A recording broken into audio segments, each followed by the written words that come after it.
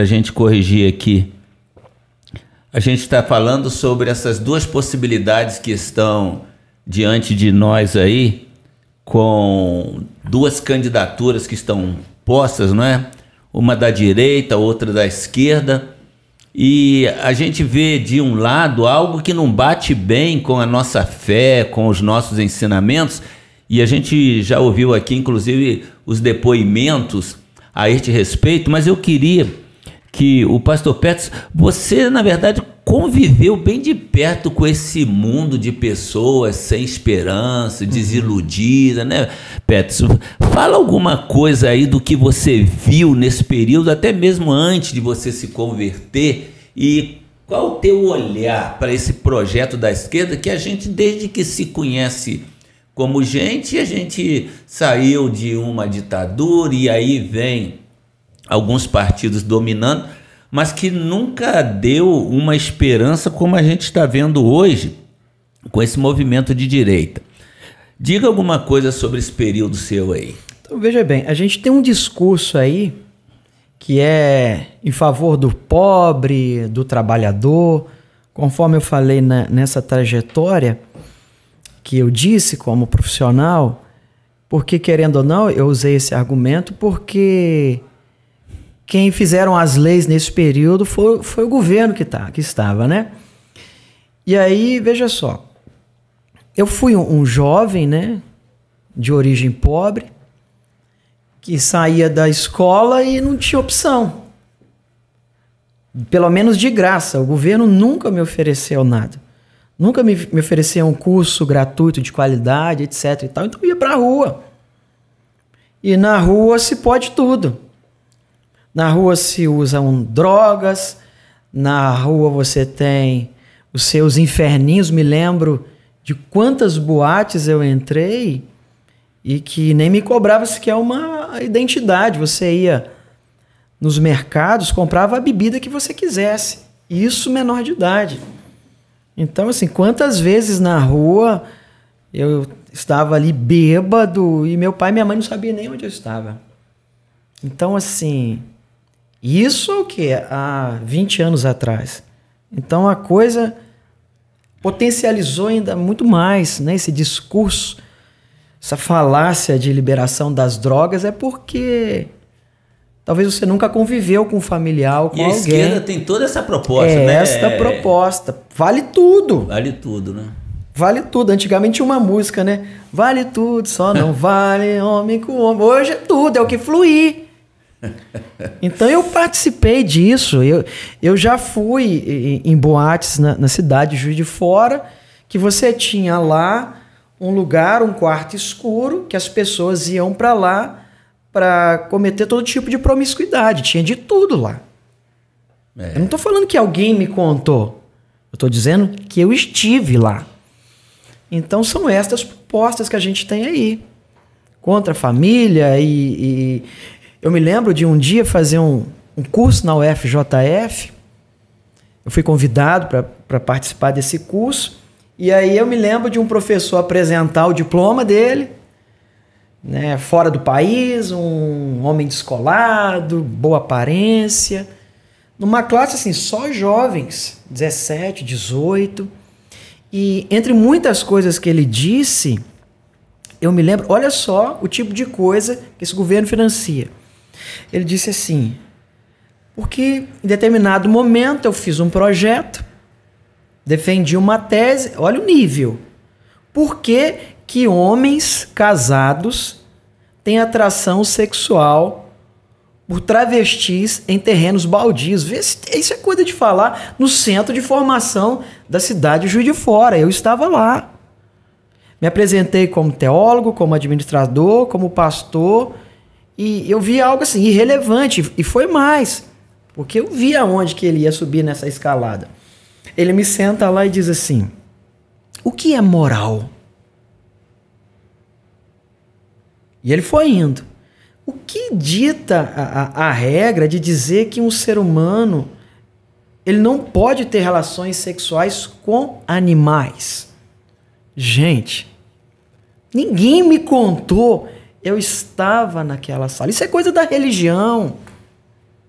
Não existe essa questão moral. Gente, era só jovem, informação. O pai acha que o menino está lá estudando, aprendendo uma profissão, e está aprendendo isso fora no meio do caminho, você indo para... Eu me lembro que foi no observatório na época, e aquele monte de gente fumando baseado, numa boa. Na verdade, inclusive as universidades abandonaram o papel do ensino, não é? Para a militância, não é? E, Ellen, você que é da área também do comércio, como é que você sente assim o comércio? Como é que você sente as pessoas, não é, que lamentavelmente perderam, né, as suas atividades e tudo mais? E neste momento de retomada, como é que você vê essa perspectiva de Brasil com esse governo? Queria que você fizesse uma análise sobre isto.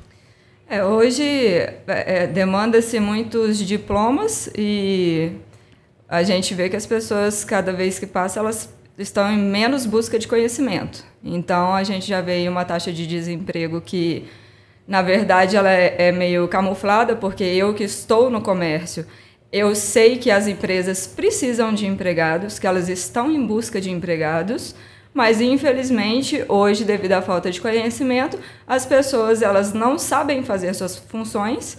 Por exemplo, hoje, se você pega um adolescente, ele não tem conhecimento básico em informática. Ele fala que ele consegue, que ele sabe mexer, mas quando você vai se aprofundar, ele só sabe mexer em rede social.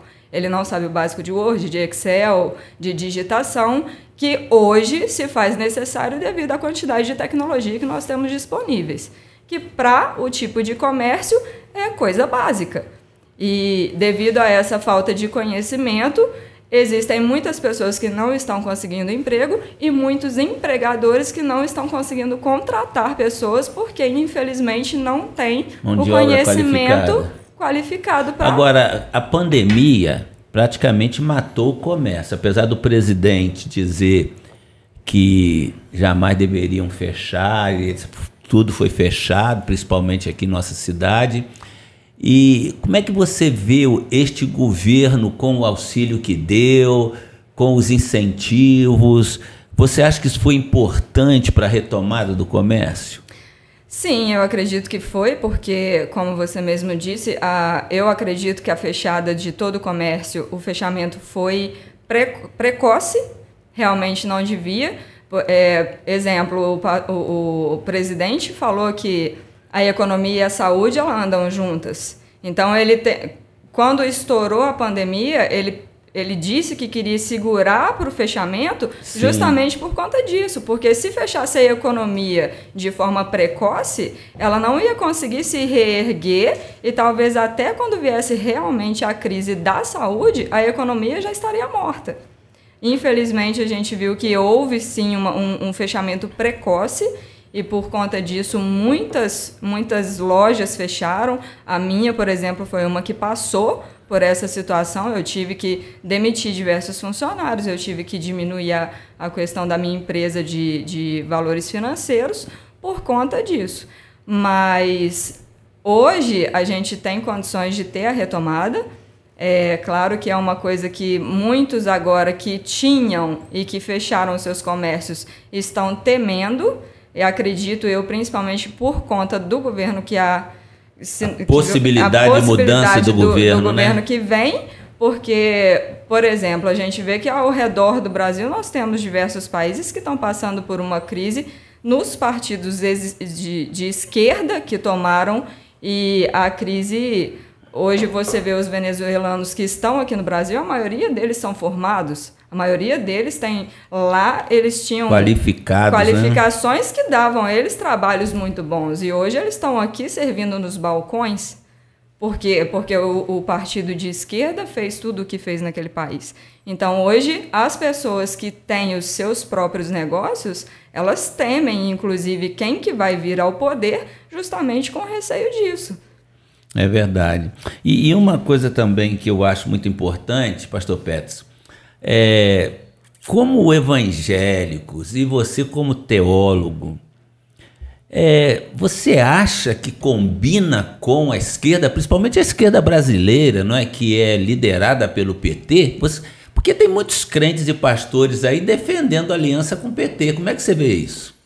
Sim, eu tenho um posicionamento muito claro, né, em relação a isso. Até queria fazer um comentário do que foi falado, né, na área também administrativa. Eu acho que foi para além de um fechamento precoce. Foi, para mim, extremamente calculado para quebrar o país. Exatamente. Entende? Político, né? Político, uma estratégia para quebrar o país. E ai de nós se não for esse governo, né? Principalmente as empresas, as igrejas mesmo, que têm funcionários que trabalham com regime de CLT.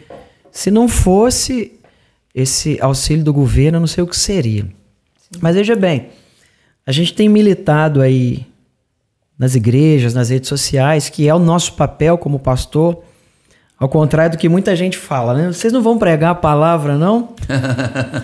Mas esse é o momento de falar de política e cabe a nós, pastores, fazer essa educação social do povo também.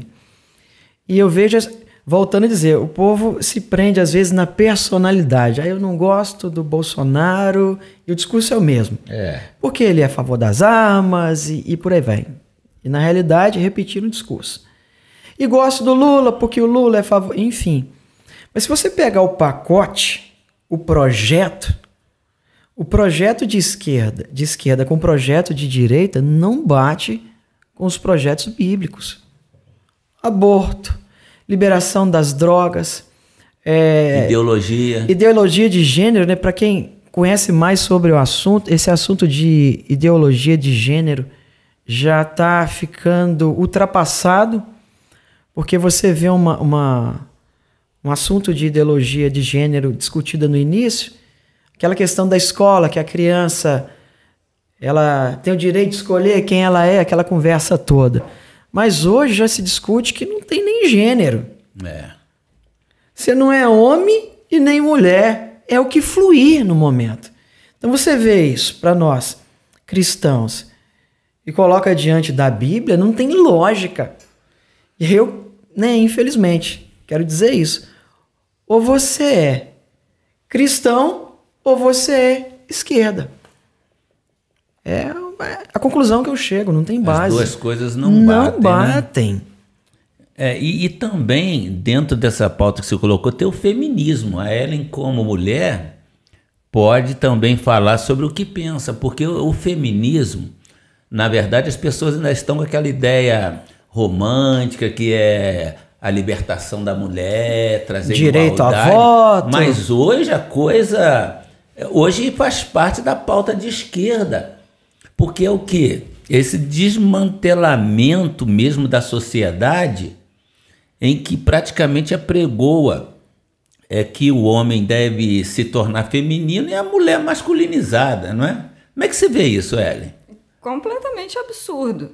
Primeiro porque as mulheres, a gente pode ver principalmente pelo estado emocional, a mulher é muito mais emotiva que o homem. As diferenças não são só físicas, as diferenças são mentais, as diferenças de pensamento, de raciocínio. Por exemplo, a mulher raramente ela tem noção de localização, o homem com muita facilidade tem. E essa questão de empoderamento da mulher, para mim, é uma lavagem cerebral, para tentar tirar a mulher do posto dela de auxiliadora do homem. A mulher, ela foi criada para ser auxiliadora, como a gente vê na palavra de Deus. O homem é o cabeça e a mulher é a auxiliadora. E eu já tive nesse pensamento de que, mas por que a mulher não tem esse direito? Por que eu tenho que depender do homem para fazer isso? Eu já passei por essa crise de pensamento. E hoje eu sei exatamente o porquê. Porque eu sou emotiva, eu tenho momentos em que a minha emoção predomina muito mais do que o meu raciocínio. Eu sei que eu tenho limites muito maiores do que os homens. Por exemplo, tudo bem, a mulher quer ser igual ao homem. Ok, só que o homem é muito mais forte do que a mulher. Nós temos profissões em que as mulheres não conseguem fazer, as que homens conseguem fazer. Sim. Eu já me deparei, por exemplo, com uma situação de uma mulher que se disse lésbica, né, com um relacionamento com uma outra mulher, e essa mulher batia na companheira dela, e aí veio a intervenção policial com relação a isso devido às denúncias. E aí a mulher que se dizia o homossexual, né, ela sempre lá no seu estado de machismo, por ter escolhido ser o homem da relação, e aí ela começou a confrontar o policial. E aí o policial veio, deu uma dura nela, pegou ela um pouco mais firme porque ela partiu para cima dele.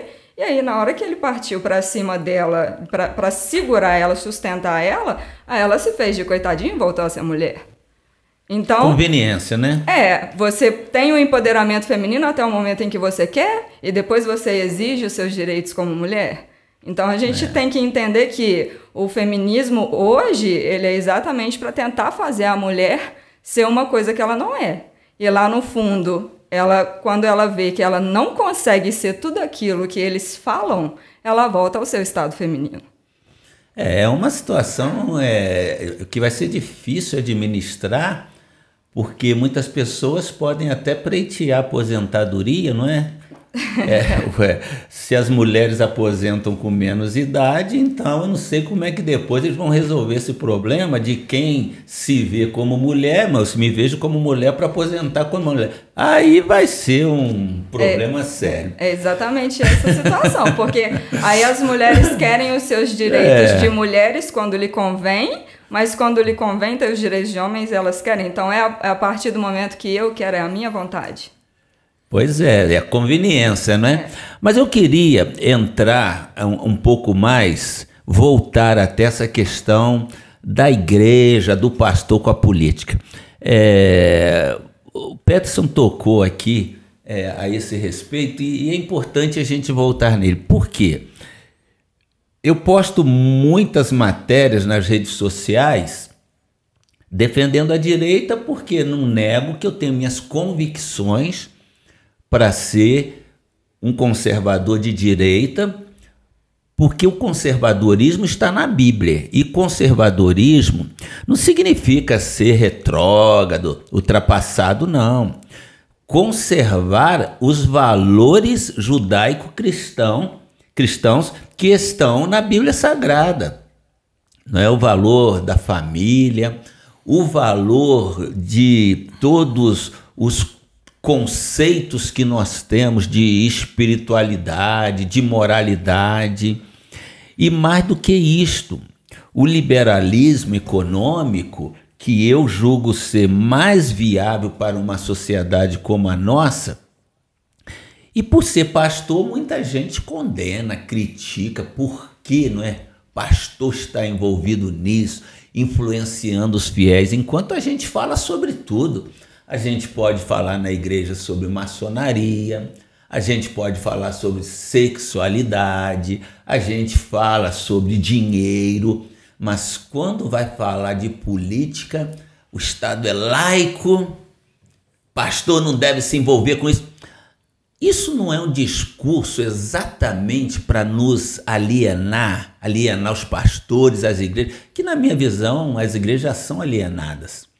Não é? Os poucos pastores têm a liberdade de falar sobre política, mas já não é uma ideologia da esquerda de nos manter como mantém os pobres do Nordeste como peça de manipulação. Como é que você vê isso, Peterson? Eu tenho certeza, pastor, que seja essa questão mesmo para dominar o povo, porque veja bem, se você for olhar a história bíblica, tanto no Antigo Testamento quanto o Novo Testamento, você não se separa isso. Você vê os profetas atacando direto o governo quando esse se perdia. E era assim, o papel dele, porque veja bem, quando todos se corrompem, pelo menos o homem de Deus tem que ter um discurso reto.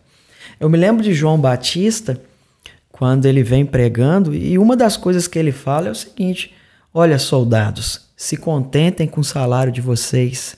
Cobradores de impostos só cobrem aquilo que é lícito, a ponto de chegar perto do rei e dizer aqui, ó, você não pode ficar com a mulher do seu irmão, não. Então veja bem, na história da igreja você vai ver tantos homens como Lutero, Calvino, John Knox e tantos outros intervindo direto na política. Porque assim, somos nós que temos que ser voz para o povo. Se o povo teve os seus olhos fechados por esse tipo de governo, nós somos livres por Cristo. Então a gente tem que trazer a voz para o povo, a voz profética. E eu continuo a acreditar que nós somos a única esperança para esse povo aí que foram manipulados durante anos. Tanto é que a igreja, né, os cristãos, têm virado a mesa nesse pleito de 2022. Tem feito diferença, né? Muita diferença. Muita diferença. Por que, Ellen, que você acha que os crentes ainda são muito arredios quanto a essa questão de política? Na tua visão? Eu acho que porque a visão de que a política é suja. E aí você acha que pelo fato de ser sujo você não pode se envolver. Mas para aquele conhecedor da palavra, a gente vê que a política está dentro da palavra em todo instante, seja no Novo, seja no Antigo Testamento. E a parte de que a política é suja, por que não entrar? A gente não tem que pregar a palavra para poder santificar os publicanos, os pecadores? Verdade. Então, por que a gente não pode entrar e tentar fazer com que eles enxerguem Deus ali, com que eles possam fazer da forma correta?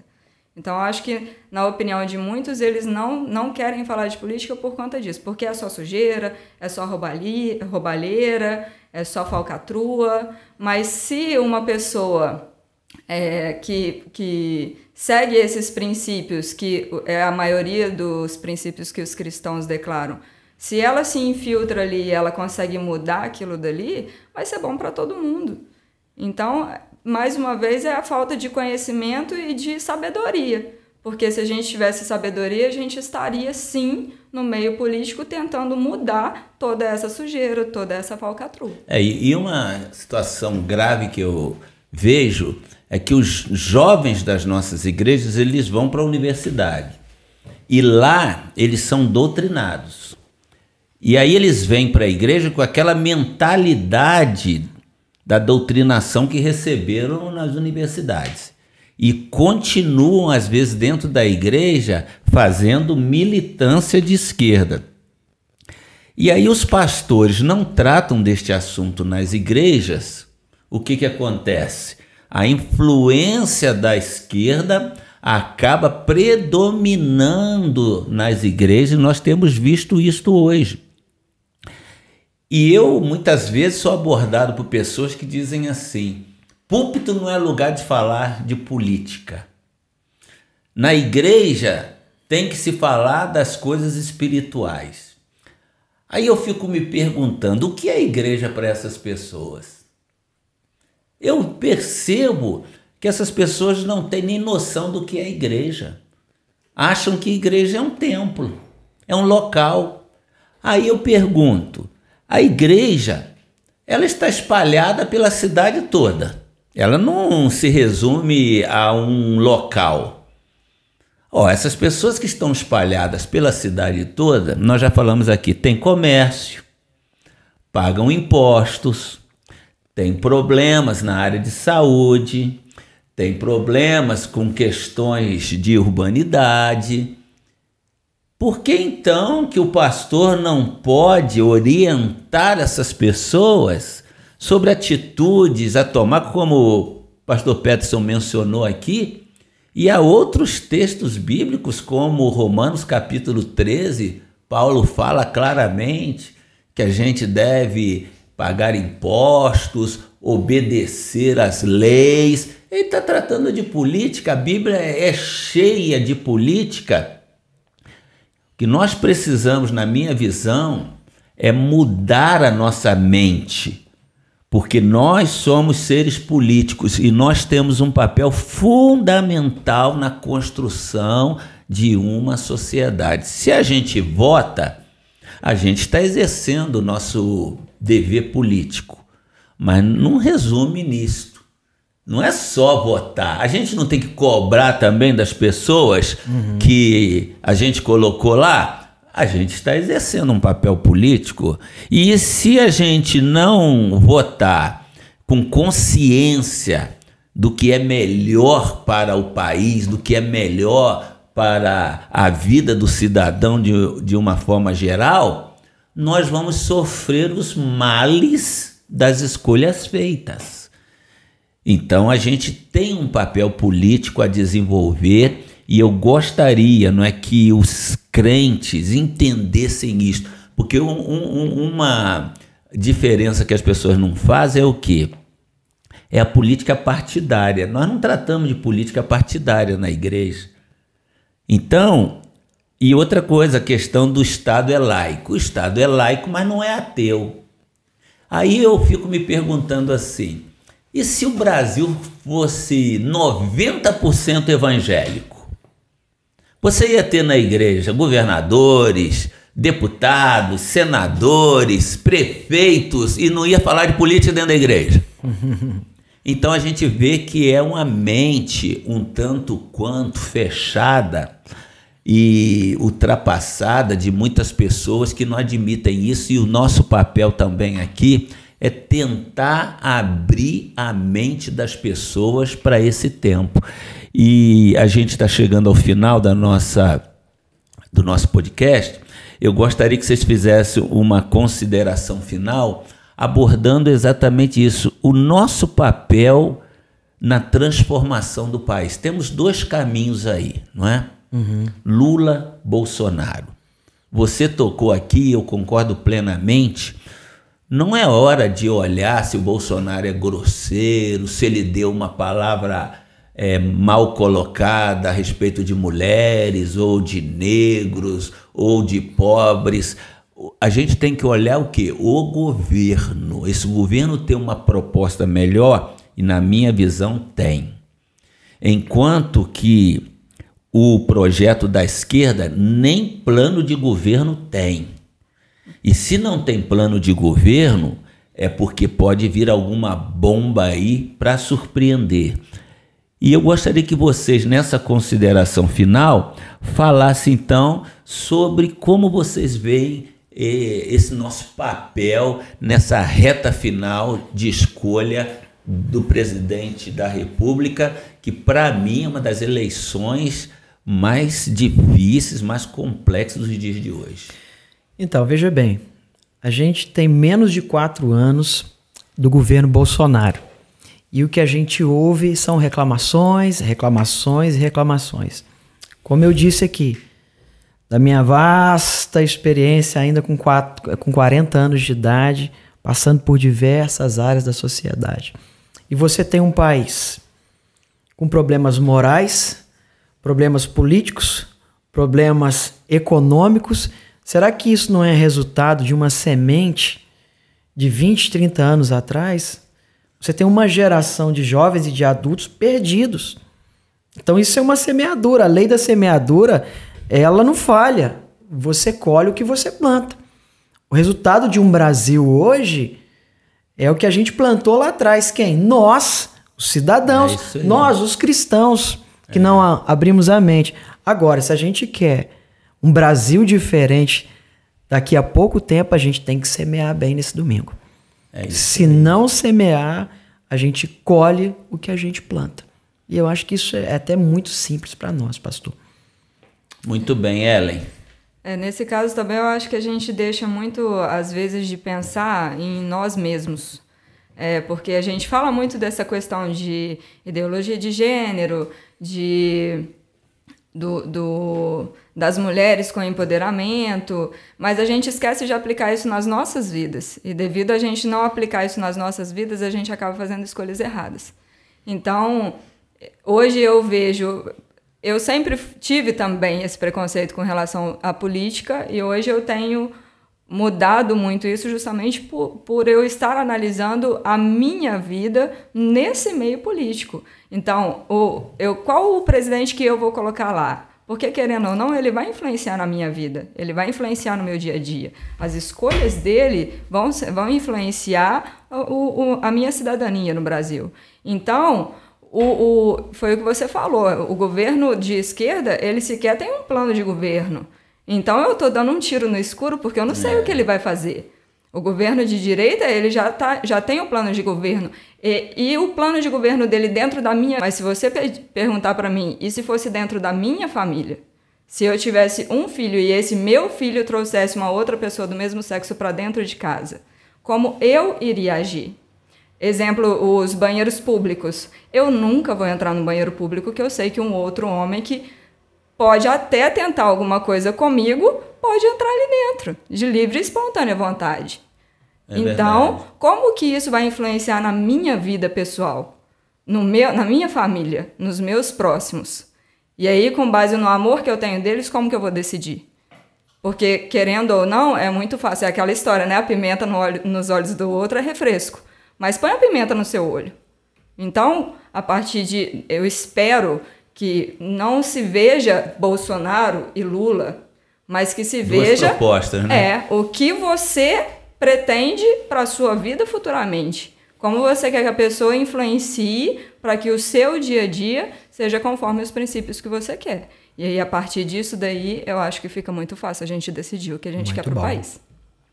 É isso aí. Gente, nós estamos chegando ao final, mas olha, a responsabilidade nossa é muito grande. Você terá a oportunidade, lembra do Moro, quando ele sentenciou o Lula lá atrás e depois o STF cancelou aquela condenação? No dia 30 você tem a oportunidade de se tornar como Moro foi, dar a sua sentença. Porque se você errar, você pode pagar um preço muito alto. E para mim, este governo que aí está, apesar da pandemia, apesar da guerra, o Brasil está se levantando. E eu olho muito para o lado dos valores. Uma sociedade não se constrói só com dinheiro, com emprego. Uma sociedade se constrói com valores, valores de família, valores espirituais, valores éticos e valores morais. Olha as duas propostas. Não vote porque você gosta de um candidato e não gosta do outro. Vote nas opções que você tem, nas escolhas que você pode fazer. E para mim, a melhor escolha é a deste governo, como a Ellen disse, já foi experimentado. E a gente vê um cenário, um governo que elegeu senadores, governadores, deputados por esse Brasil afora. É hora da gente depositar um voto de confiança. Que Deus te abençoe, um forte abraço para você. Não se esqueça de se inscrever aí no canal e a gente volta na semana que vem com uma notícia, não é? Quem é o presidente do Brasil? Deus te abençoe.